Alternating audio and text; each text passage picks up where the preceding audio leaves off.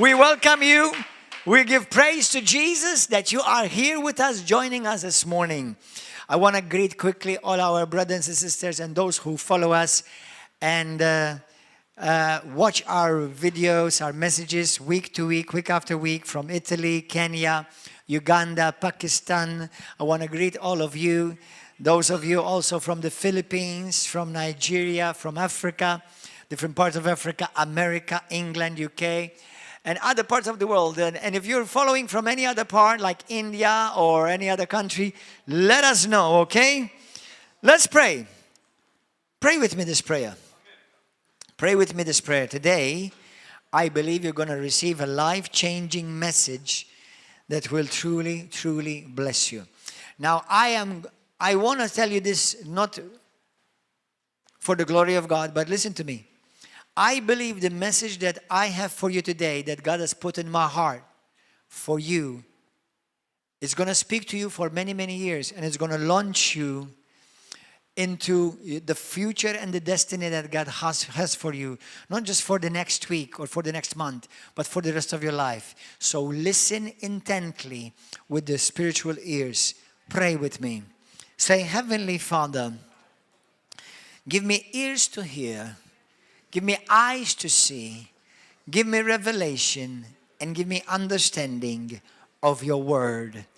I'm ready to receive the word, and I will never, never be the same again.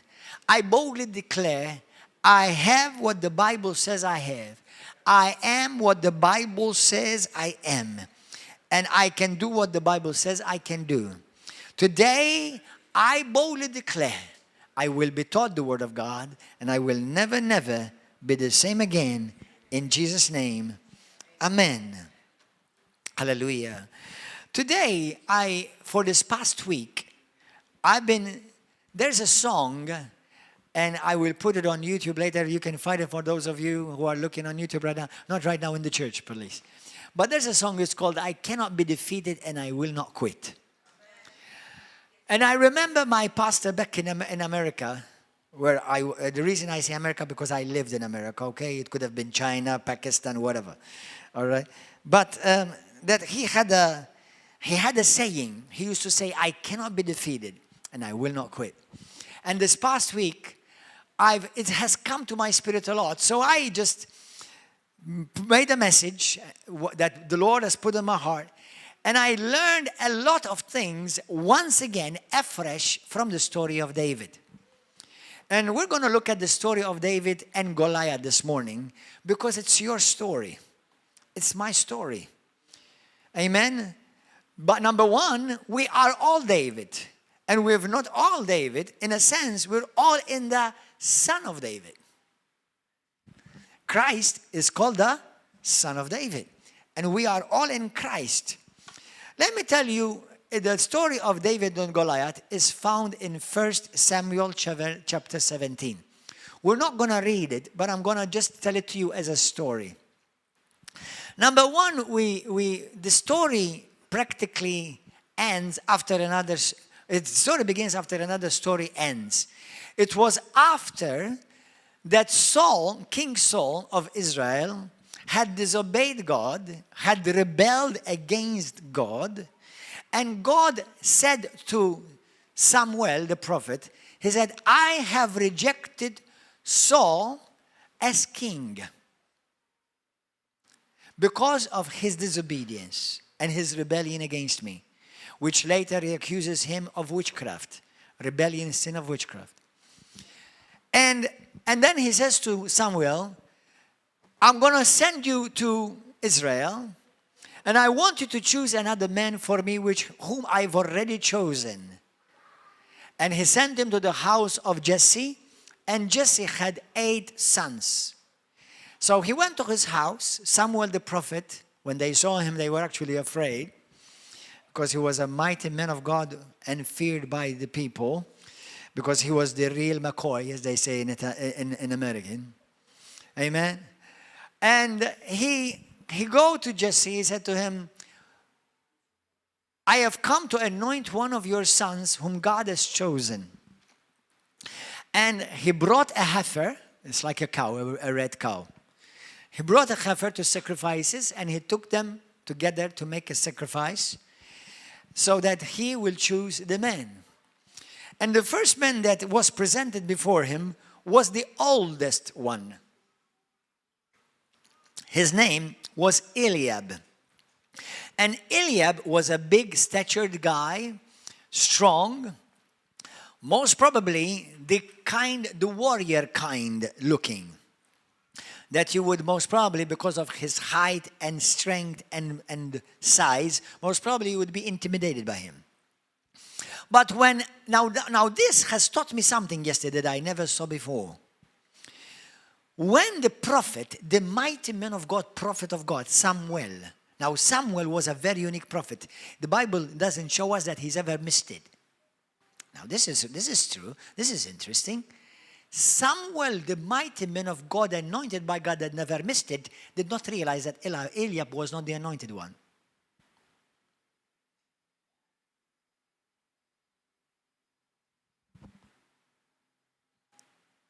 Isn't that interesting? So prophets don't always, not always, never, they don't know everything. They only know and see what God chooses to show them at the moment. Prophets are not omniscient. Some people go up to a prophet and say, well, tell me what God is saying. And let me see. Nothing. At least I'm hearing nothing, but I don't know if God wants to say something to you, but he doesn't want to say it to me. So, interestingly, the prophet Samuel, he saw Eliab, and he said this in his heart. He said, surely the man of God that God has chosen is standing before me. And God said, nah. And he said to him, for God does not see as man sees. For God sees the heart.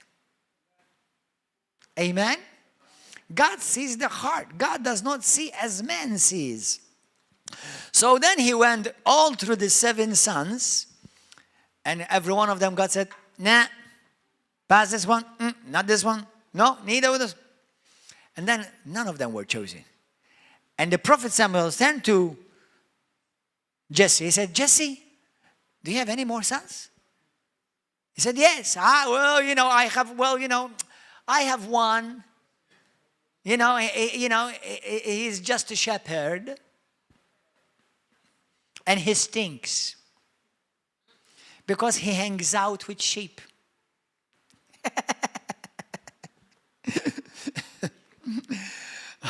So he said, well, before you call him, I'm not going to start the sacrifice. So he called David. And the moment he appeared, God said to him, this is the one. Isn't it amazing? This is the one. Stinky, full of most probably, thorns in his hair, sweat in his face, most probably he stunk from a mile away. Said, this is the anointed man of God? Are you sure, Lord? Yeah, this is the guy. Because this guy has a heart after me. Amen? Hallelujah. And David and Samuel fills a horn and pours oil over him. And now he's anointed man of God. Now, interestingly, he's anointed, but he doesn't start his ministry right away. That's a good lesson for all of us and for any of you with a great zeal, but no time of preparation. So he's anointed, recognized by God, anointed before men, but he hasn't started yet. So now we move on. And after a while, there is a battle. There is a battle. And Israel is being taunted by the army of the Philistines. And their leader was the Philistine, the giant Philistine Goliath. And for 40 days, Goliath is bullying the people of God. Everybody say bullying. Shouting, taunting, ridiculing the people of God. And the Bible says very interestingly in 1 Samuel 17 that both the king Samuel and the army of God were afraid. You mean even Christian leaders can be afraid? Yeah. Even Christians can be afraid. Yeah. I know many Christians who are afraid because they've been listening to Goliath too long. So be careful whom you spend time listening, because what you hear will affect how you see things. Whom you listen to is whom you're going to get your vision from. So anyway, both Samuel and the army of God. Now this is the army of God. They were the anointed ones. They were the ones to bring forth the kingdom of God. But they were afraid because they spent 40 days listening to the propaganda of the enemy. But then at one day, Jesse told David, David, leave your sheep here. Go and check on your brothers to see how they're doing and go and bring them something to eat because most probably they're hungry and thirsty. So he went. His job was like that. He takes care of the sheep, and then every now and then he goes and brings something to his brothers. But at one moment when he came, he heard somebody say, taunting the armies of God and shouting and bullying the Israelites. And David said, who is this guy? Who is this guy? Now listen, he had not heard him before. These people have been hearing them for 40 days. You see, he had spent time with God listening to what God had to say. But they had been listening time to what the enemy had to say. Okay. So, he said, who does he think he is to come and bully the army of God? This guy is nothing. He is without covenant. He's a chihuahua. A dog. Hello? That's what he said. The Bible says he is just a dog. Who is this dog? Who is this uncircumcised Philistine? He doesn't know my God. God does not have any covenant with him. So then he went and spies, and he started asking people in the army of God, in the church, what will be given to the guy who will kill this Philistine, who will kill this bully? And everybody started telling him, well, the king said that whoever gets rid of Goliath, one, he will get his most beautiful daughter. Say that again. You mean the one that I've been looking over? The one that I've been trying to, And then he said, and there's more. And the king said, whoever kills Goliath, him and all his household for the rest of their earthly life, they will never pay VAT or taxes. Hallelujah. And he looked at Goliath. Goliath, you are kaput. There's a woman, I'm going to get her, and you're in the middle. And she is good, baby. Hallelujah. How many of you men, you know that? Right? You would kill Goliath. Amen? Amen. Hallelujah. And I make a barbecue out of him too. Hallelujah. So anyway. So, now this is very interesting. Because now his brothers, listen to this. Listen to this. The brothers of Goliath. This is very interesting. This is an oxymoron. Because they started telling David, now remember this, David had the heart of the God. He had the time, he had a man, he has intimacy with God. The brothers went to church, but he spent time with God. They knew where the church was, but he knew what God was. So the brother said to him, whom do you think you are? You are full of pride. You think you're something special? And poor guy, he said, what have I done to you? Leave me alone. So he went and talked to King Saul. And he said, Saul, let me go and handle this guy. You said you're going to give me your daughter? Yeah. And I'm not going to pay taxes? Yeah. Okay, that's done. He is done. Right now, he's done. So he went. And I want to remind you that David did not try to hide. Is he coming? Do you see him? No. David, the Bible says, he grabbed 5 stones. I don't know if you ever realized why he picked up 5 pebbles. Because David was not thinking about Goliath only. He was thinking about his other 5 brothers as well. Amen? So he picked 5 pebbles. And he picked a stick. And he picked, what do you call that? It's bando, hablo English. A slingshot, thank you.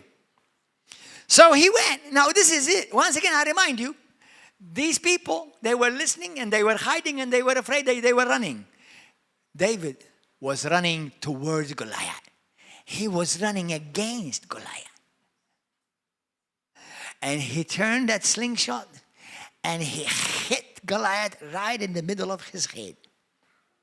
And with one stock, with one little pebble, but behind it there was a mighty rock, he came down.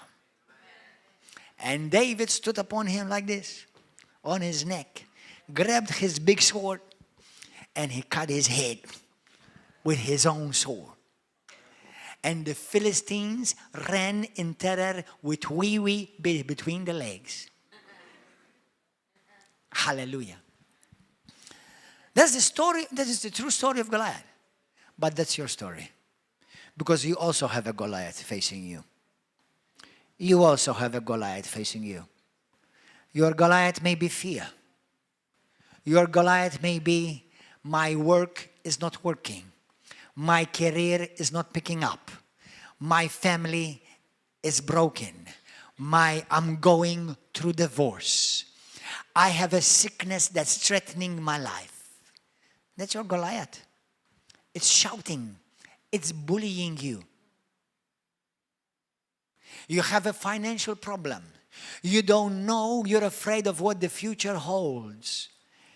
You're fighting for your marriage. You're losing grip of your situation. There's a Goliath trying to bully you.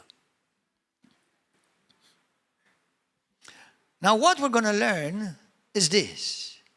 The battle that Goliath brought was not against only the army of God, but against God of the armies. David was anointed and chosen and risen by God. The army of Israel could not win against the Philistines. God had to anoint someone with supernatural power, chosen by God to lead God's army. Saul and the Israeli army were afraid of Goliath.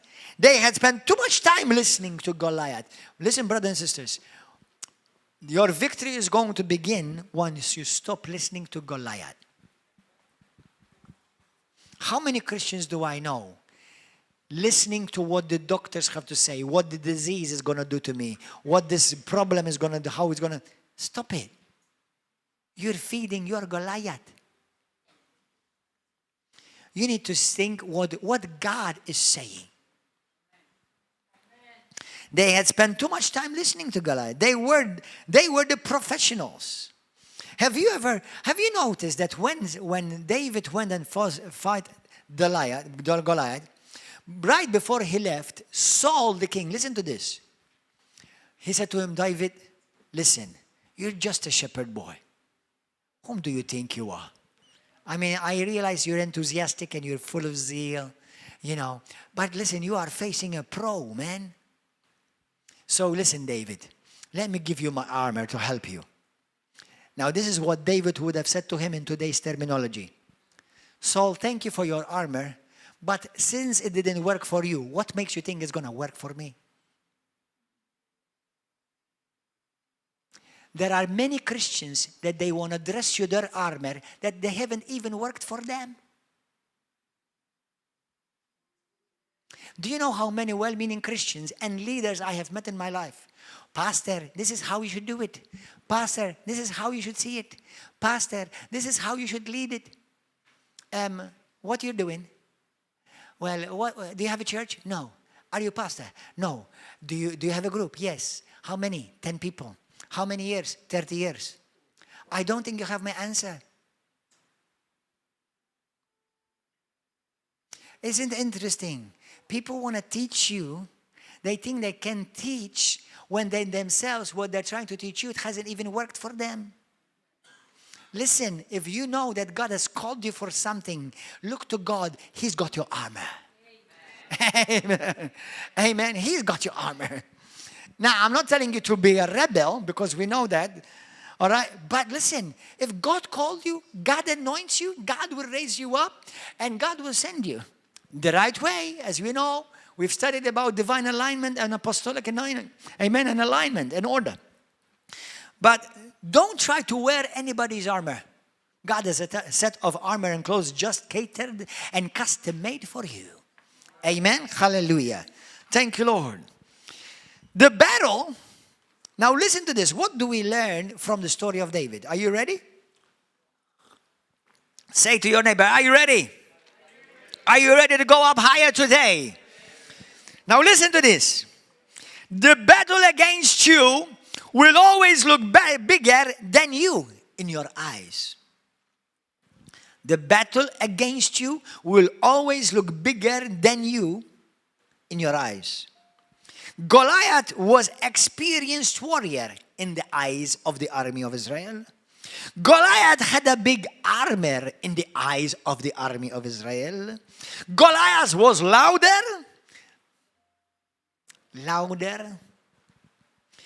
Goliath was a bully. Goliath was strong on the outside compared to other normal humans. Everybody say normal. It's not talking about me.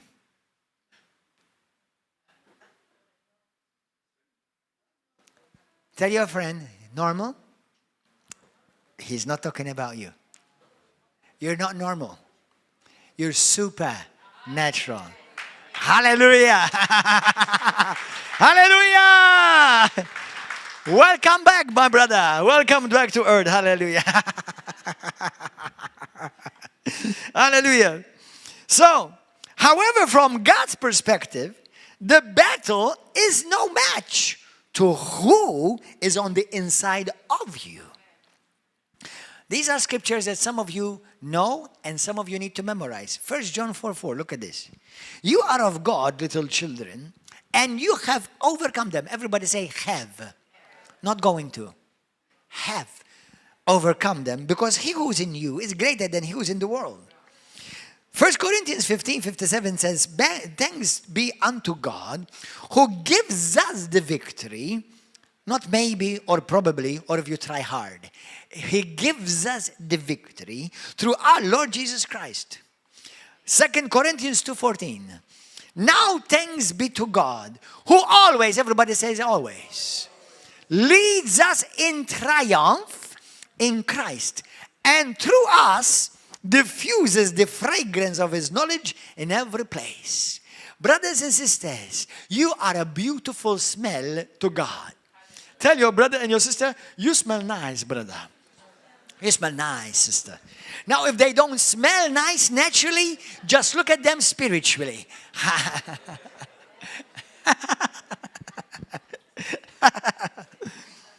I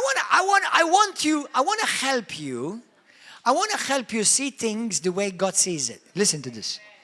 Have you ever noticed, one day I will make a message just on this, but let me give you a nugget. Have you ever noticed that when God speaks, it's always done, not going to be?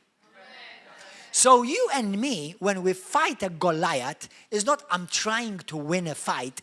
No, I am holding on to the victory.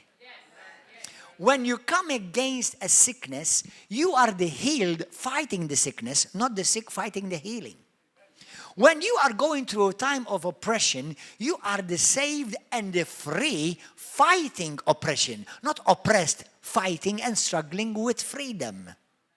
When you are struggling financially, and you've done the right things before God, obviously, because you honored his principles, then you say, Lord, I thank you, Lord, that I am rich in Christ. I lack no good thing. And I resist and I rebuke poverty and lack in Jesus' name. Not, Lord, I'm so poor. Lord, help me. Even just for a piece of bread. That's not kingdom, baby. All right? So we always see ourselves from the point of victory, resisting what the enemy trying to steal from you. Because it's already yours. Victory is yours. Healing is yours. Freedom is yours. Salvation is yours. I'm not trying to be saved. I am saved, fighting what the enemy trying to steal from me. I am strong and healed, fighting off what the enemy is trying to put on me. Do you understand, brothers and sisters? That's why our identity, and I'm going to talk to you about it in a moment, you never identify with your experiences or your circumstances. We identify with Christ. Chew on that for a few seconds. Are you ready for this one? When the enemy criticizes you, it is because he is intimidated by you. Do you know why the enemy attacks you? Because you intimidate him. The enemy attacks you, and the enemy has come against you because you're an intimidation to him. Yeah. Have you noticed that he doesn't attack anyone that they are not an intimidation? But because you're in intimidation, he is against you. And he tries to stop you. But what he's telling you is, I don't want you to succeed. Too late. It's already sealed. Mine is the victory. I will not be defeated. And I will not quit. In Jesus' name. Shout hallelujah. Amen. The Israelites looked at the giant. David looked at God. David looked at his God and his faithfulness and how he grew bold and encouraged. Brothers and sisters, we speak with boldness, not because we're special. Yes, we are special because God says so.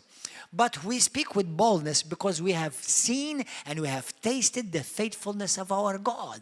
You see, David was bold because God was with him when he defeated the lion. God was with him when he defeated the bear. And he knew that the same God is going to be with him when he's going to defeat this little giant. You see, in the eyes of the Israel, he looked big. In the eyes of God, he looked small. In the eyes of the Philistines, he said, everybody feared and said, Mamma mia, how can we defeat him? In the eyes of David, with his mind of God, he said, how can I not miss him? Amen, hallelujah. The Israelites, David looked at the reward. The Philistines, or the Israel, looked at the problem. You see, when the Israelites' army looked at Goliath, they saw a problem. When David looked at Goliath, he said, a woman. He saw money. He saw a tax-free life. You see, understand? You see, perspective is everything in life. You see, remember, what are you seeing? Are you seeing a problem or are you seeing an opportunity? Are you understanding? Hallelujah. David saw the reward that was right before him, and Goliath was standing in between it, and he was going to come down. Amen, in Jesus' name. Hallelujah. He was preparing, God was preparing a great legacy that not only no one will ever be able to take away from him, but this legacy was going to launch him into to become one of the most favorite kings of Israel in all history. And his name will be mentioned for all time of humanity, including in heaven, actually. Because David is still king, is called king in heaven. And Jesus in heaven, also one of the names is called Son of David.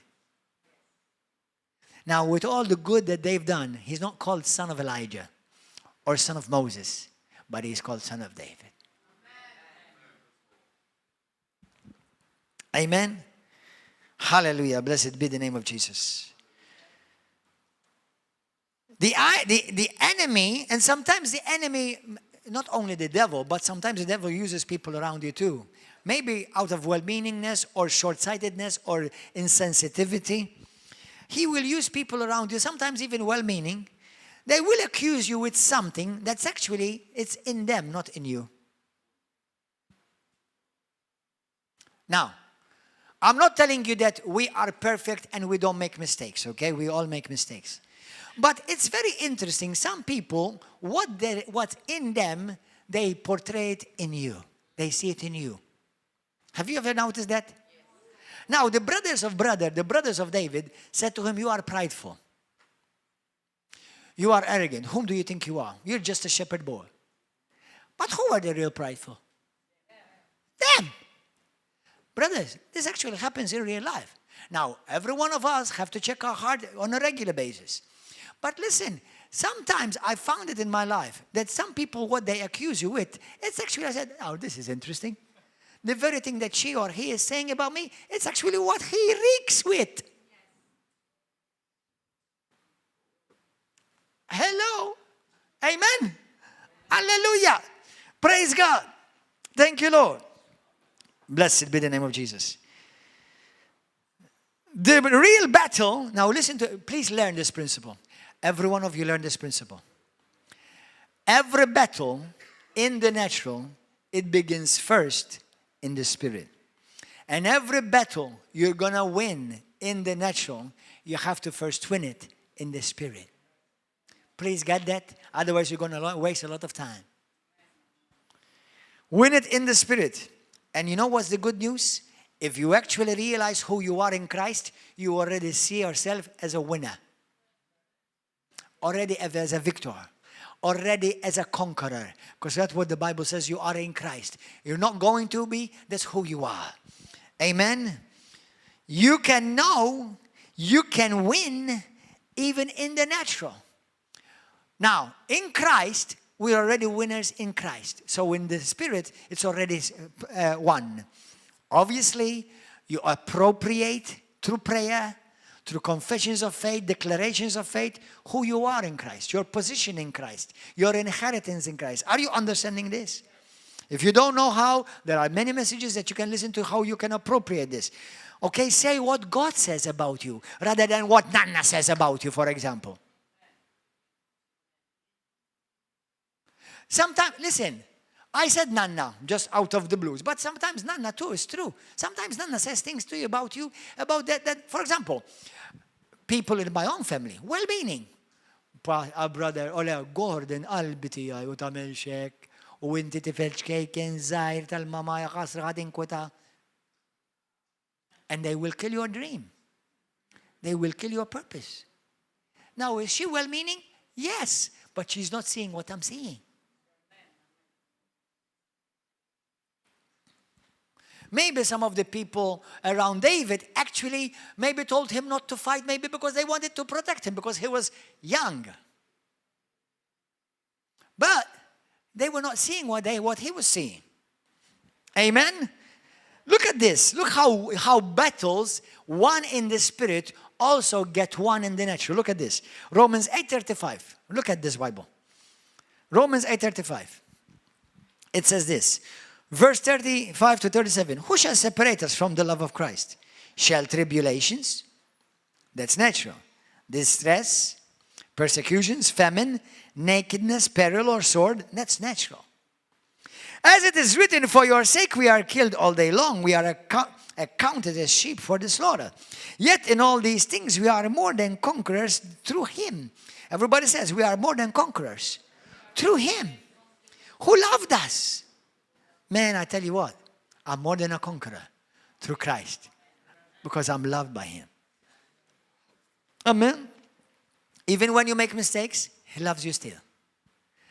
Has He given up on you? No, because He loved you before He made a mistake and He saw your mistake coming and loved you anyway. Amen. The letter of Paul to the Philippians in Philippians chapter 3, he says, I cannot boast in my goodness and my righteousness. I can only boast in the righteousness of what God has done for me in Christ Jesus. Then why is it when you mess up, everything falls apart? I thought you were trusting only in the righteousness of Christ Jesus. Now that's a revelation. Let me take a rabbit trail. Let me take a holy rabbit trail. if we and you, now this I want to increase in the revelation of this too. If me and you truly believe that we operate on the righteousness of Christ Jesus only, everybody say only. Then when I make a mistake or a poop up, why is it we feel like our world has fallen apart? Have you ever felt like your world has fallen apart? Be honest. Why? I thought you were trusting in His righteousness, not yours. Wow, what a revelation. Now that's a good steak to chew on. Why some Christians, well, Pastor, I'm not going to pray for them because I haven't fasted. I thought you're trusting in His righteousness, not your righteousness. Well, Pastor, I don't want to pray, because I'm afraid that that demon may jump on me because, I haven't prayed enough and I haven't fasted enough and I haven't been to church. Well, hold on. Are you going to cast that demon based upon your righteousness or Christ's righteousness? Do you see how even we in our well-intention get tricked? That's why one day I will never forget the story. Beverly knows it very well. Some of you know it very well. That's what the Holy Spirit was trying to teach me on that very day. Then when I was kneeling right here, well, on the other side, but similar to this, right on the altar, I was praying. And the day before, I had done something and I messed up and I felt bad, I felt dirty, I felt disgusting, and the devil made sure that I felt all of that a lot. Because he was whispering in my ear, says, how dare you do that? Remember what you did. Remember what you said. Let's say. And then all of a sudden, while all of this is going on, we're all praying here, somebody was manifesting from a demon at the back. And the devil said to me, you don't think you're going to cast her out? You don't think you're going to cast that demon out? Don't you remember what you did yesterday? What was the devil trying to do? Reminding me of my righteousness. Now, from the other side of my ears, I heard the Holy Spirit say this. Magnify the blood, son.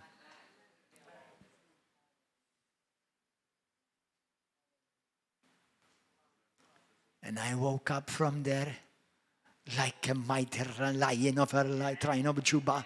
I grabbed her head, and it's only the grace of God that I didn't get her head off by the bone.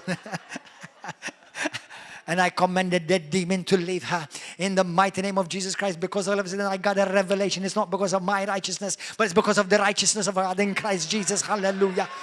Praise God. Thank you, Lord.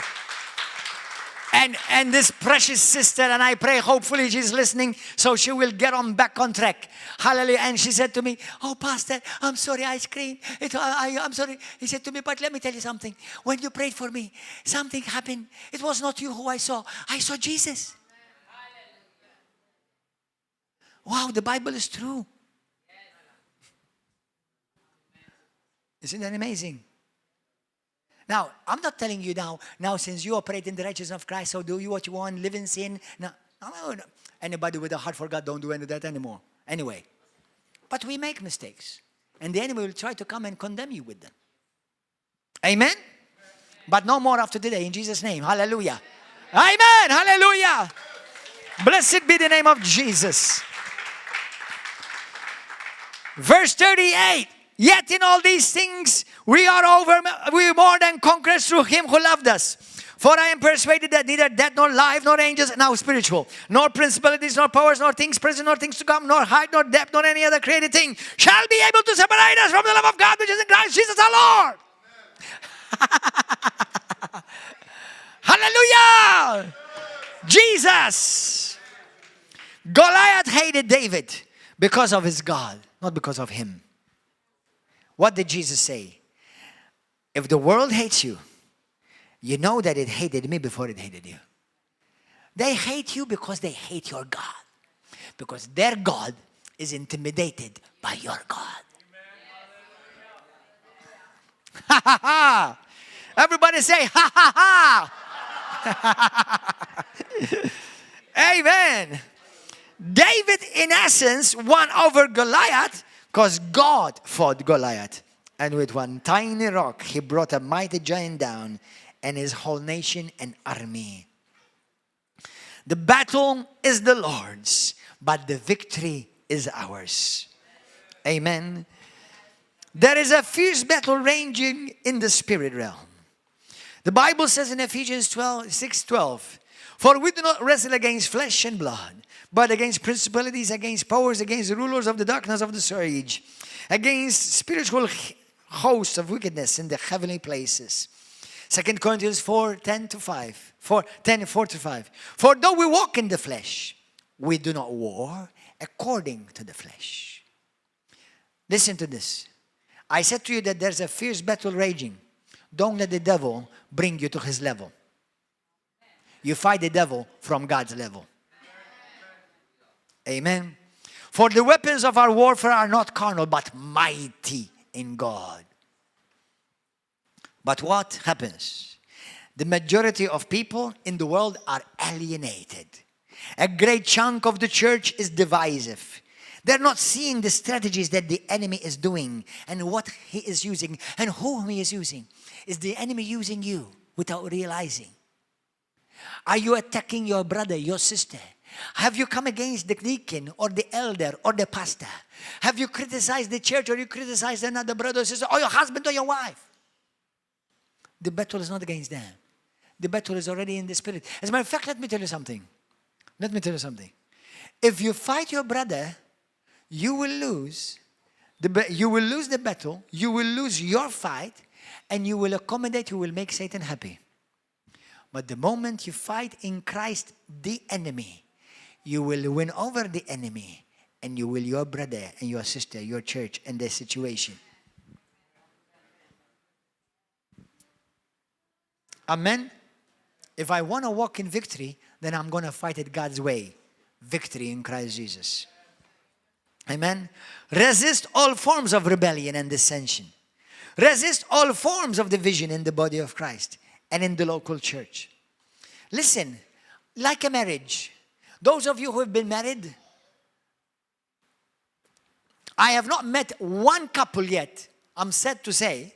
Now, I've met many good marriages, but I've not met one perfect marriage. And I'm not sure what it is. I don't know what a perfect marriage looks like because I never saw one. And I don't know if it exists one. But I know that in marriages, there are quarrels, there are disagreements, there are fights. But a good marriage, you know what's a good marriage? Actually, even researchers say that a good marriage is people who argue rather than have a cold war. At least you know where you are. You know? And this is the thing. Listen, this is a good tip for your marriage and a good tip for your spiritual life. You don't fight your husband. You fight for your husband. You don't fight your wife. You fight for your wife. You don't fight against your marriage. You fight for your marriage. You don't fight your brother. You fight for your brother. You don't fight against the church. You fight for the church. Hallelujah. Thank you, Jesus. Amen. Thank you, Lord. Now let me tell you something. In the church, you know, the Bible talks about how the church is like an army. Number one, in the Old Testament, it was literally an army because the Israelites had an army. But you know, even in the church, we are an army. Now, the Holy Spirit yesterday prompted me about something, and I looked into it, and I never preached about this. And I never heard others preach about this, but it's all biblical. Listen to me carefully. In a military, there are different sections and departments. Just because you're in the military, it doesn't matter you're all in the same department. What does that mean? What do I mean by that? I looked at the military of USA, because USA is considered as having the most powerful military in the world. Number one, look at this. The military of America has 6 sections, 6 departments, 6 arms. You call them different arms of the military. 1, the army, which is normally the soldiers that you see on the land. Land. Everybody say land. On the land. Marine Corps. The Marine Corps normally are assigned special for special things and special warfare. Navy on the sea. Listen, Air Force. Air Force. the people who fight in the Air Force don't see the same what the people see on the army ground. And those who are on the ground can't see what the people on the Air Force see. There are parallels in the Bible all over this. Just because you're a Christian, it doesn't mean you see like your brother sees or your sister sees. Just because you are anointed or ordained, it doesn't mean you see what the pastor sees. Now, by default, now not every pastor is the same because there are different anointings. But by default, because God is not stupid, God has to make the pastor and give him the ability to see better than you, because he has to oversee. You just have to see your part. The pastor has to see all the parts. Now, and when you have pastors and leaders that are prophetic and they see things in the spirit, like many times God has given me in dreams or visions. Okay, there are people here that God has given prophetic Air Force sight to see things that are coming. And when certain things happen, I honestly tell you with all sincerity, of all the things that we as a church for 17 years we've been through, I saw it before coming. Either in a dream, or I sensed it, or I discerned it. I noticed it. Many did not smell it, as they say in English. In Maltese, but I saw it coming. So please understand, don't feel, number one, don't be dumb and be in competition with anybody in the body of Christ. Your part of the jigsaw puzzle is that find which arm of the army you are in. Fight in the area where God has placed you. Like that's why Paul says to Timothy, take care of the ministry which God has entrusted unto you. Take care of the ministry which God has entrusted unto you. Not take care of the ministry which God has entrusted unto the pastor, or the apostle, or the prophet. Are you understanding? Now, my sons, Josiah and Micaias, thank God they're smart and they're good looking like their daddy.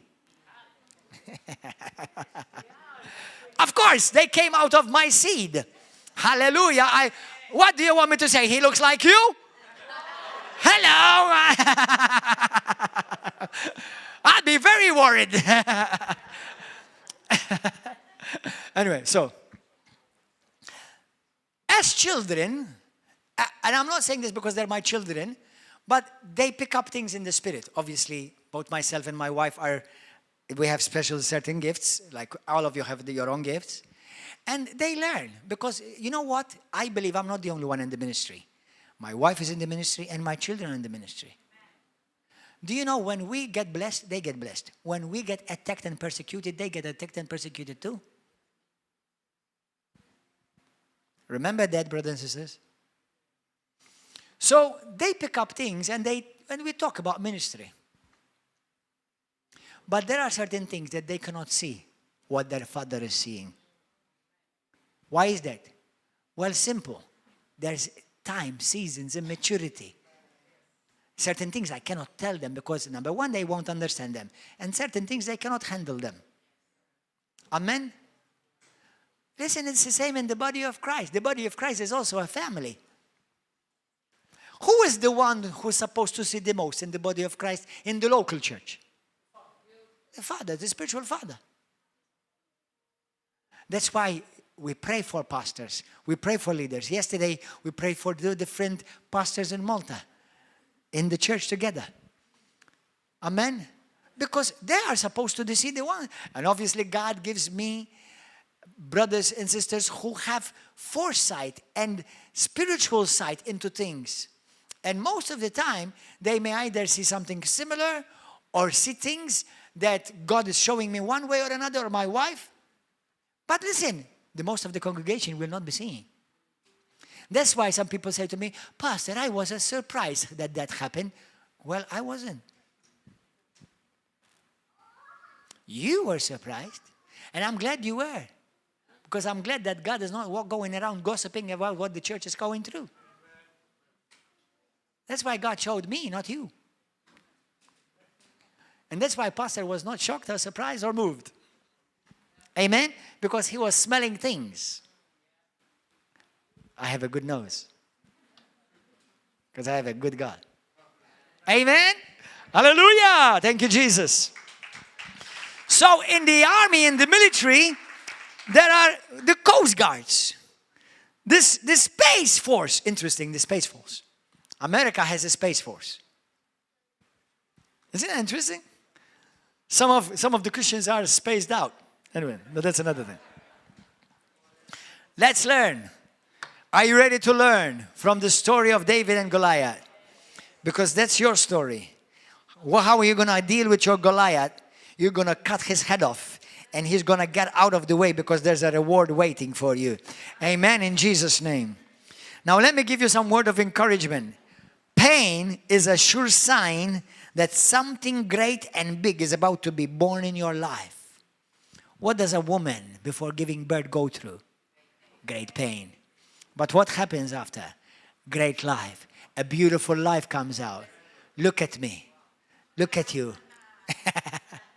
Now, if you don't think you're a great and beautiful life, then think you're ugly. I don't care. But I think I'm fearfully and wonderfully made. That's what the Bible says. Amen. Hallelujah. People laugh when I tell them I look beautiful and I like me. If you don't like me, that's your problem. I like me. Hallelujah. If I could, I would take myself out for a date.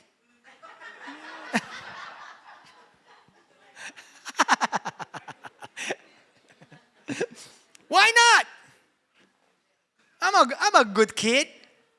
Hallelujah. Anyway. Pain helps you refocus. Get this. Pain. Listen to this, brothers and sisters. Have you ever hit your nail or hit your finger somewhere? What happens? Ah! Ah! And a lot of care is given to that pain. Pain helps you refocus.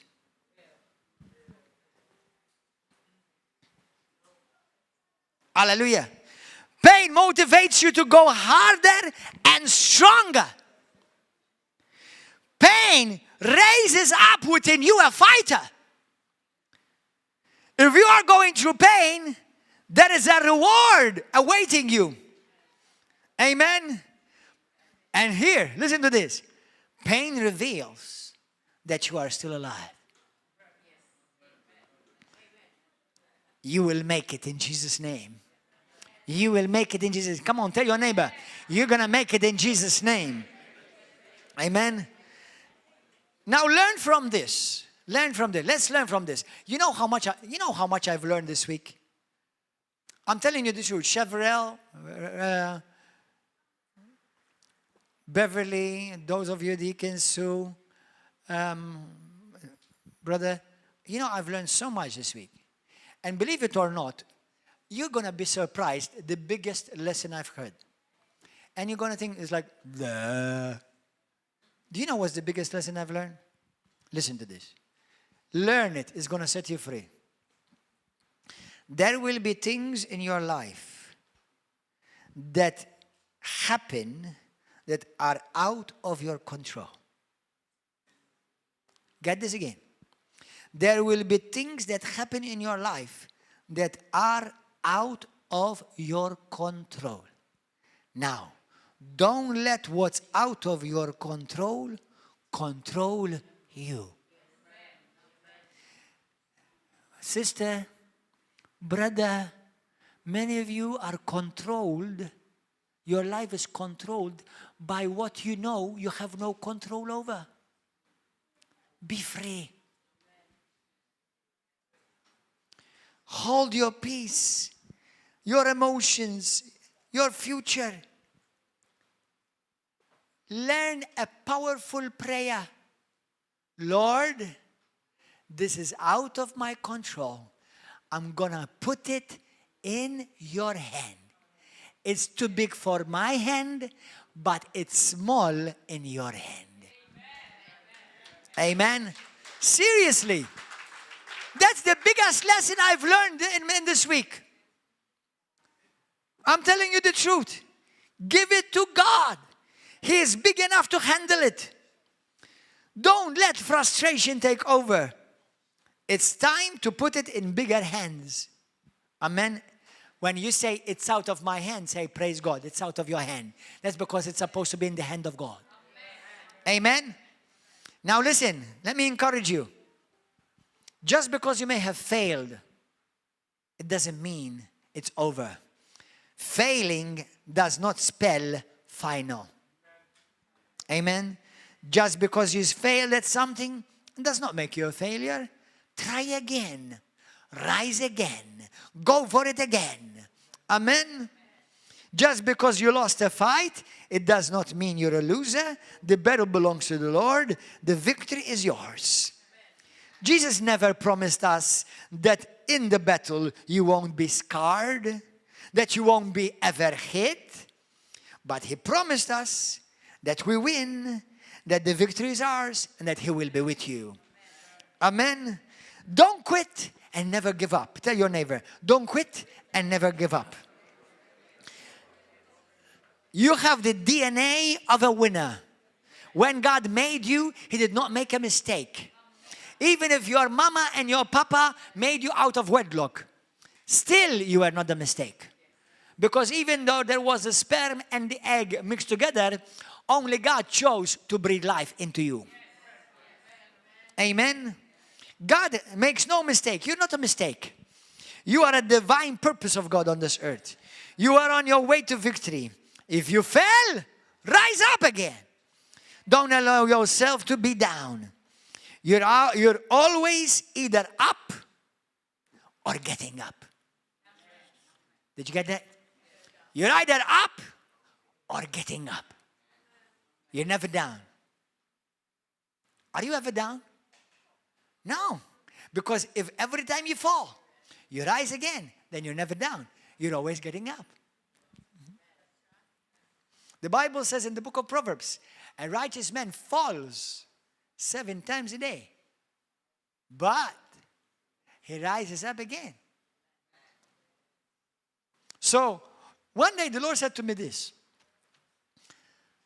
The Lord spoke to me in spirit this word. He said to me, son, I'm not counting how many times you fall. I'm counting how many times you rise. Hallelujah. Thank you, Jesus. Rise up and shine in Jesus' name. Every fail is an opportunity to rise afresh with a bold resolution in your heart. We don't fail. We simply rise and rise again. Now, listen to this. As I said earlier, you and I are not the circumstances. Sometimes we go through traumas, we go through difficulties, we go through battles and challenges. Don't let these things define you. Don't let these things define you. Don't let challenges and problems define your life. The challenges are not there to define you, but they're there to refine you. Amen. The disappointments do not define you. Let's take COVID-19. How many people from COVID-19 till today have not been back to church? Not River of Love only. Many churches. They've not been back to church yet. Many during COVID-19 left their faith, abandoned Christ, are no longer walking with God. Many. What does that mean? They allowed the COVID-19 to define them. Amen? Hallelujah. These things have come, yes, but they come to refine you and to make you a better you in Christ. And make resurface the true you, who is precious in the eyes of the Lord. You are strong. You are chosen. You have been created and brought to this point for such a time as this. This is your moment to shine. Amen. No matter what the challenges are in front of you, no matter how big they look, listen to this. I assure you on the authority of the Word of God, something better is in front of you. Something higher is coming for you. Someone bigger lives on the inside of you, and there's a great price to be attained in front of you, which makes everything around you appear pale when you compare what's coming for you in Jesus' name. That's why the enemy is fighting you. That's why the enemy has come against you, because he doesn't want you to get the reward that God has for you. Now, listen to me carefully, because I see many Christians wasting their time. Don't waste time. Time is one of the best and the most valuable commodities of life. Don't waste time. Wasting your time is wasting your life. Because as time passes, your life is passing. Take ownership of your problem. Take ownership of your responsibility. Take ownership of your destiny. Don't look for excuses. Tell your neighbor, don't look for excuses, but look for opportunities. Remember, you cannot be defeated, and you will not quit. I'm going to tell you something. During COVID-19, somebody said, and I really heard this with my own ear. He said, I'm glad COVID-19 came because I made a lot of business and profit from selling masks. I like him. He saw an opportunity. Talk to those who created the vaccine. What did they do? Many of them became multi-billionaires. Why? Because they saw an opportunity.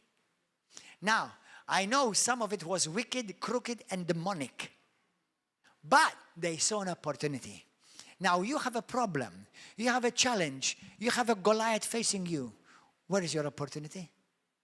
Are you looking at the problem, or are you looking at the opportunity that's behind it, or the opportunity that God is setting before you? That's why not everybody sees everybody the same. Amen? Hallelujah. You were formed in the dark. Sometimes Christians are afraid of the dark. I know there are Christians who may have phobia of dark, but I'm talking about because of times of trouble. Listen, it is times of trouble that actually reveals what kind of person you're made of. A soldier is trained for war, not for a playground.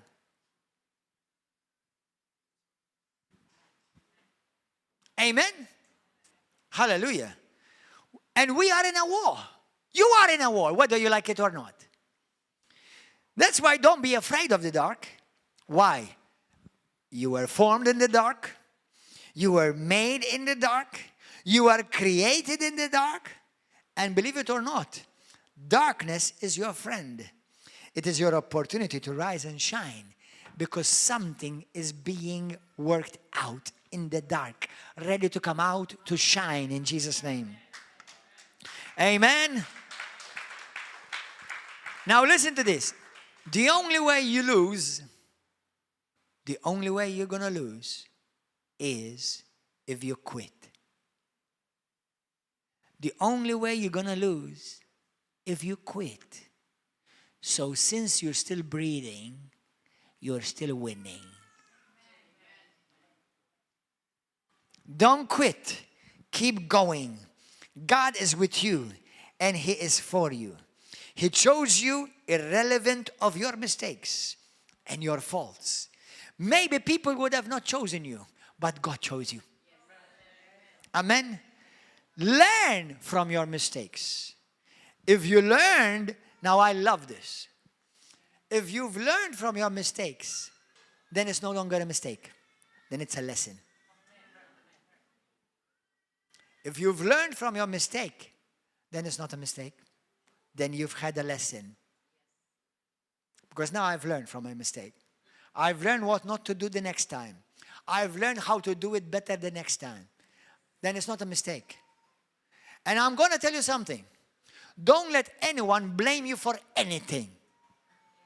Now, I'm not telling you don't take responsibility. If you've done something wrong, you don't take responsibility for it. But let me tell you something. Now, I do believe that God is omnipresent, omniscient, and sovereign. Do you think that He was surprised by your mistake? Do you think it changed anything about Him because of your mistake? Do you think anything changed from God, the way He looks at you because of your mistake? No. So why are you changing? So don't let anyone blame you for anything. Let me tell you something. When somebody say to me, it's because of you. No, Albi, it's not because of you. It's not because of me. It's because of you. Somebody recently said to me, if I go to hell, it's because of you. I said to him, if you go to hell, it's because of you. It's not because of me.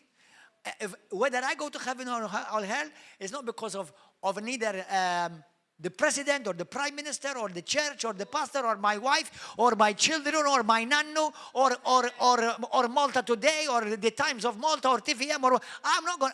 Whatever happens to me depends from me. If I allow you to control my life in any way, then I'm allowing you to win over me, and I'm not going to give anyone that privilege. There was a president once said to him, he said these words. He said, nobody can give me an inferiority complex without my permission.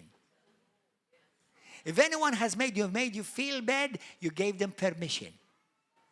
If anyone made you feel afraid, it's your fault, not their fault. Somebody said to me recently, Pastor, because there is a sister, she feels bad because she was hurt. And this happened to her. Listen, I'm not trying to be unkind, but I'm helping you to start learning to look at the glass half full instead of half empty. Amen. Instead of looking at the problem, look at the opportunity. You know what I said? I said, no, it's not his fault or their fault, it's her fault. Who told her to do that? Who told her to allow that? Who told her to go into that? Nobody pushed her. Nobody manipulated her. She went in for it. And it turned out sour. One day, a woman said to me, you broke my heart, because now you left me. Well, obviously, if I'm not married with you, I can leave you anytime. Hello? Now I feel depressed. Now I'm sad. Tough luck. Well, that's very unkind of you, Pastor. No, it's not unkind. It's the truth. And many don't like the truth. Many rather prefer to be pampered. Give me a hug. I'll give you a hug, but you're going to remain miserable. I'm going to give you the answer. It's better than a hug. And for bonus, I'll give you 2 hugs.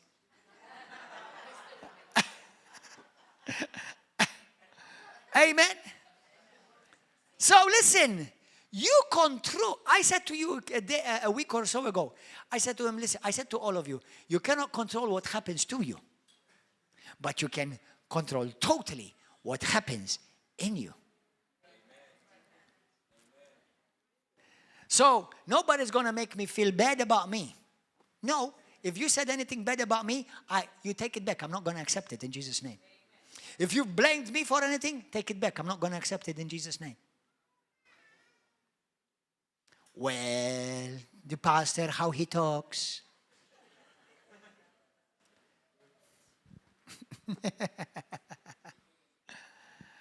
I want to talk like a winner, not like a whiner.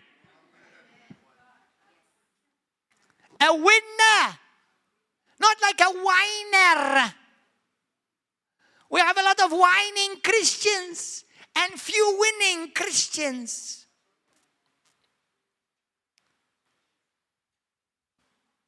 Are you going to say hallelujah, amen, or what?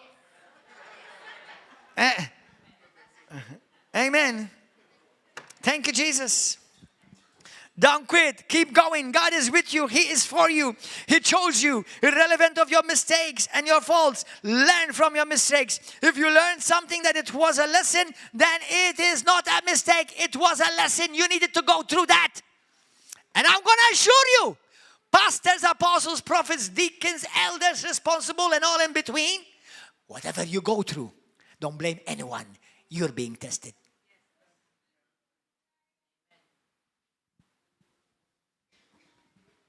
Well, you're saying that because you did something wrong.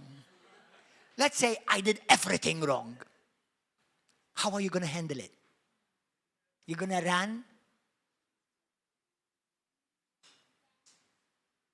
I like this pastor. It's amazing how many people will always try to look for somebody to blame. Because I'm not coming to church because. I'm not reading the Bible because. I don't want to come there anymore because. Stop it. Stop looking for an excuse. Take responsibility. Nobody made you do anything. I never left my church. You know what? Not because I always liked what my pastor did or what he said and how he did things, although he's a mighty man of God and I have nothing to say against him. And even if I did, I wouldn't say it to you. Amen. Hallelujah. Praise God. It's because I learned early on, it's me that I'm being tested. And I have to pass the test, not the pastor for me. Amen. If your husband hurt you, remember, you chose him. You married him. So now learn how to deal with him. Because my father treated me different. Of course. Because my other boyfriend treated me different. Of course. But you still chose this one. So who's the dummy? The husband you criticizing, or you? Or vice versa, the wife, obviously. Or the friend. Or the pastor, or the business partner. Listen, Albi, nobody suffers for somebody else's mistakes. We suffer from our own mistakes. And our own choices. So that's why I'm telling you, if you're going to be a winner, not a whiner, then you're going to have to decide, I cannot be defeated. That's a decision I made. Well, you don't know what's going to happen. Even if the Third World War started today, I cannot be defeated. Even if all the electricity of Malta will shut down for a whole year, I cannot be defeated. Because those things do not define me. I already made up my mind in Jesus' name. Well, that's not easy, Pastor. Who told you it's easy? Jesus says, faith does not make things easy. Faith makes things possible. That's why he said nothing is impossible to those of faith, to those who believe in Jesus' name. Amen. Mamma mia. Say, Pastor, stop in Jesus' name. Okay, ready. Hallelujah. Fight your way through the problem. Fight your way to that marriage problem. Fight for the career you dream of. Fight to get the desired results. Piano, at school and on your job. Fight the sickness that has attacked you. Fight the fear and intimidation that you are facing. Fight the good fight of your faith. And your sure victory is on the way in Jesus' name. Amen. Brothers and sisters, me and you, I want to encourage you this. One day you're going to look back. Whether you're 50, 60, 70, 80, 90, 100. One day you're going to look back. And if you do, and you grab hold of what God has spoken today, to the mouth of His servant, you will look back with satisfaction. Because you can say about yourself, I did not quit. I did not stop. I did not give up. And I won. If you don't quit, you will live in the future looking at the past with satisfaction. I challenge you today, don't give up. Look up. Your reward is looking clearer and closer evermore. It's attainable. It's achievable. It's achievable. You can do it and you can make it. If you stop now, all the pain that you have gone through, listen to this. If you stop now, all the pain that you have gone through would have been for nothing. I know it's not easy when you're going through it. I know that. I know. And I realize some of us, we go through difficult moments. Some of us are going through difficult moments. But if you stop now, what are you going to solve? All your tears and all your pains they've gone through would be for nothing. So keep fighting in Jesus' name. You're still alive. God is on your side. The Word of God is working in you in Jesus' name. Amen. Tough times will not last forever, but tough people will last. Amen. Fulfill your purpose. Tell your neighbor, fulfill your neighbor purpose. Not your pastor's purpose. Not the deacon's purpose. Not your wife's purpose. Not your husband's purpose. Fulfill your purpose. You can't keep running from one job to another. You can't keep running from one church to another. Amen. Yours is the call to fulfill. For no matter what it is God is doing in you, that's the most important thing, is what God is doing in your side, in your heart, in your character. Remember who you are. The world does not tell you who you are. God says who you are. God says you can do what others say you can't. Today, let's all stand. Everybody stand with me. Did you like this message? Did you like this message? Now, I do believe you've liked it, but you need to listen to it every now and then. Because you will, every now and then, a Goliath will pop up. Because remember, Goliath had brothers.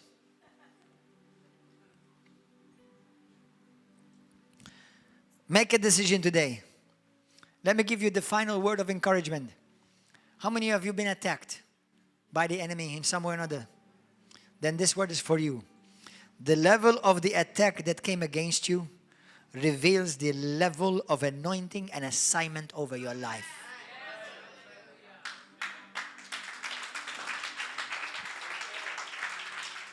Yes.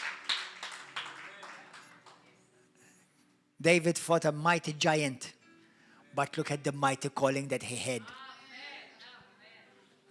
You see, Satan has sent you his best because you are God's best. Hallelujah. Hallelujah. Thank you, Jesus. What has come against you is not by mistake. What has come against you, the Lord says, you will overcome, my son. You will overcome, my daughter. Don't worry. Don't be afraid. Grab hold of your destiny. Grab hold of my promises. You're on your way to victory. In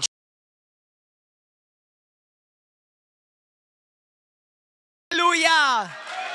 Hallelujah. Put your hand on your heart.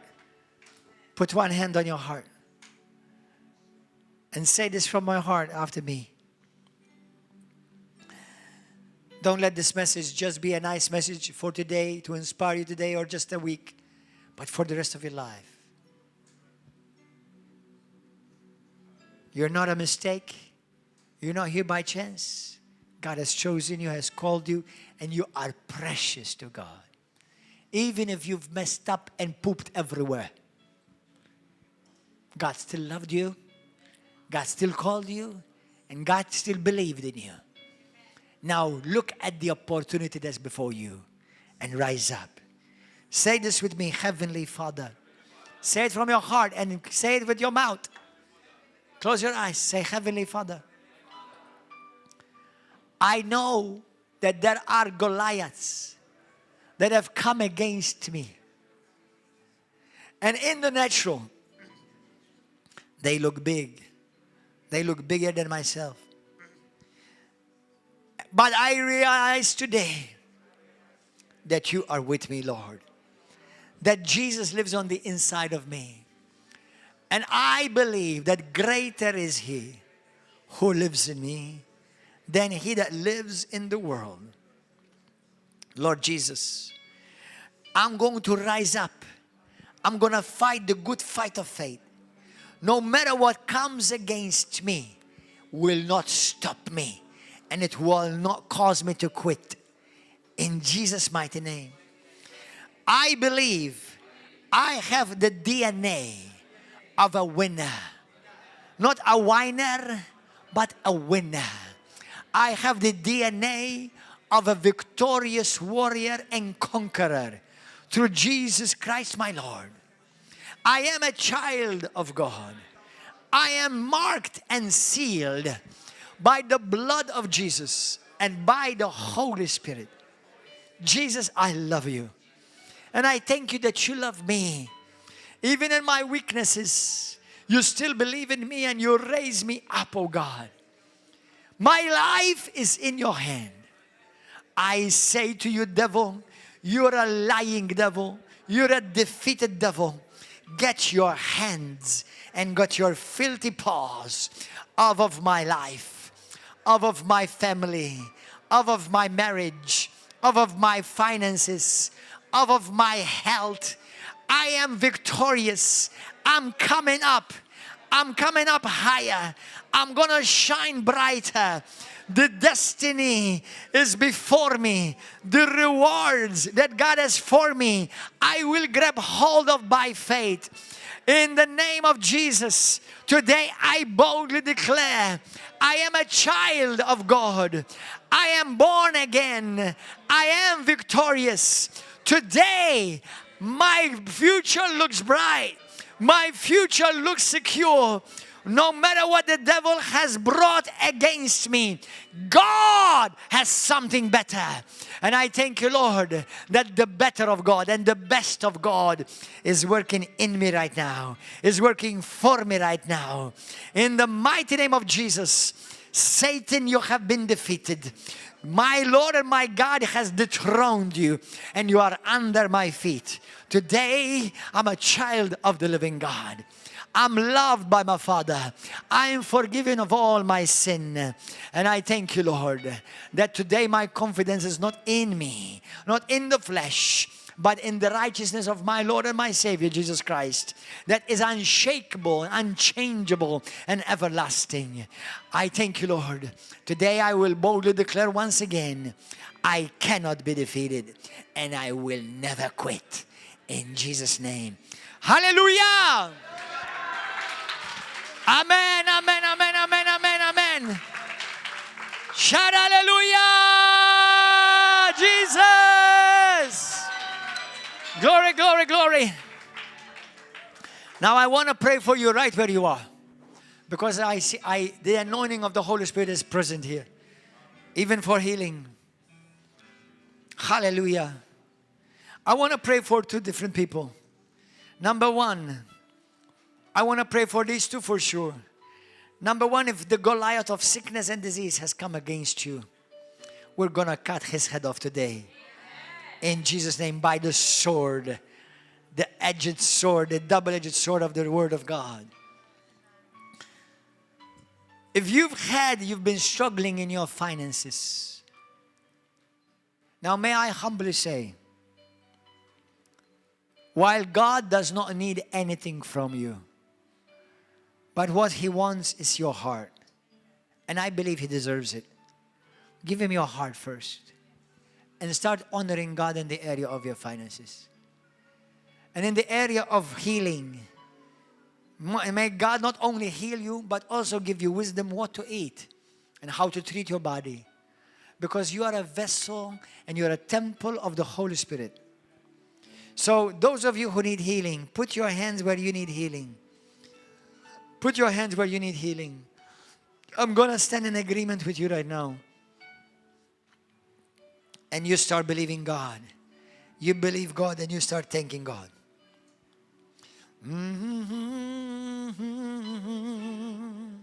Let's sing this. Put your hands on your heart. Thank you, Jesus, for the cross. Receive the healing power of God. Lord, I want to thank you for healing people right now. Father, I come against every cancer, every rebellious cell. I come against every pain. I come against every sickness and disease. I come against the spirit and the curse of premature death. In the name of Jesus, I command joints to be healed. I speak wholeness in muscles right now. Ligaments to be healed in Jesus' name. I thank you, Lord, for new tissue is growing in that area, in that stomach, in that inside linen, Lord God, lining in Jesus' name. I thank you, Lord God, I command every cancer, every rebellious cell, every disease, every virus to die right now. In the mighty name of Yeshua HaMashiach. Every virus die right now in Jesus' name. I release over you the healing power of God. I boldly declare in by the confidence of God Almighty that He swore by His own word, sealed by the blood of His Son Jesus, that He took upon Himself your sicknesses and your diseases, and by His stripes you have been healed. Be healed now. be healed now. May strength, vitality, and healing flow through your veins, through your bones, through your ligaments, through your organs right now. Now start giving thanks to God that the healing power of God is flowing in you right now. Even on the internet, even on Facebook, on YouTube. Start giving thanks to God for the healing power of God. Because you are precious. He loves you and He cares for you. In the name of Jesus, if you need to forgive anyone, forgive them right now. Bless them right now. In Jesus' name. Now, Lord God, I pray for those who may have been struggling financially. Lord, I break right now. I come against the spirit of lack and poverty. I break the spirit of poverty from that one, from that family, from that couple, from that sister, from that brother. Lord, as they have chosen to obey you and honor you financially. Lord, in the mighty name of Jesus, you have promised, Lord, open the windows of heaven for them and put upon them such a blessing that they will not have enough room to contain it, but an overflowing blessing of finances. That not only will they not have all their needs met and abundantly supplied, but they will have enough left over to bless your church and bless your people and bless the kingdom of God. Now, in the mighty name of Jesus, I break the spirit of lack, the spirit of poverty from your life. Go! In Jesus' name. May the spirit of poverty be gone now. And now may prosperity grab hold of you and find you and locate you. In Jesus' name. May promotions come to you. Promotions, checks in the mail, inheritances in your name. Thank you, Lord, for business and for business coming, for sales increasing, profit increasing in Jesus' name. Yours, it's yours in Jesus' name. In Jesus' name. And I want to pray for someone whom you have been tormented for many days. If that is you, the Lord is going to set you free right now. Receive this prayer. Father, in the name of Jesus, Lord, you have come to set the captives free.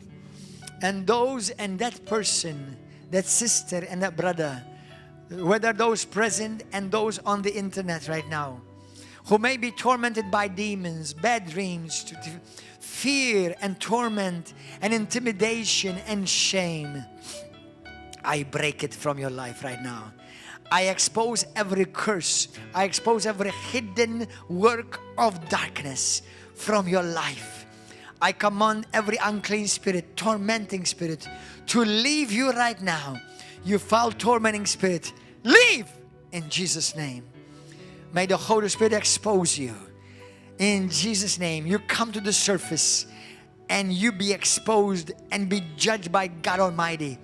Leave that one. In Jesus' name, every torment leave, fear leave, intimidation leave in Jesus' name.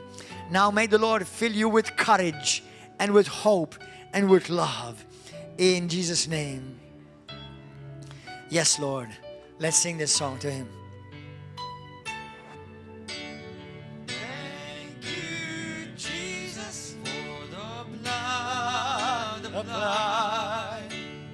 Thank you, Jesus, it has Washed me white.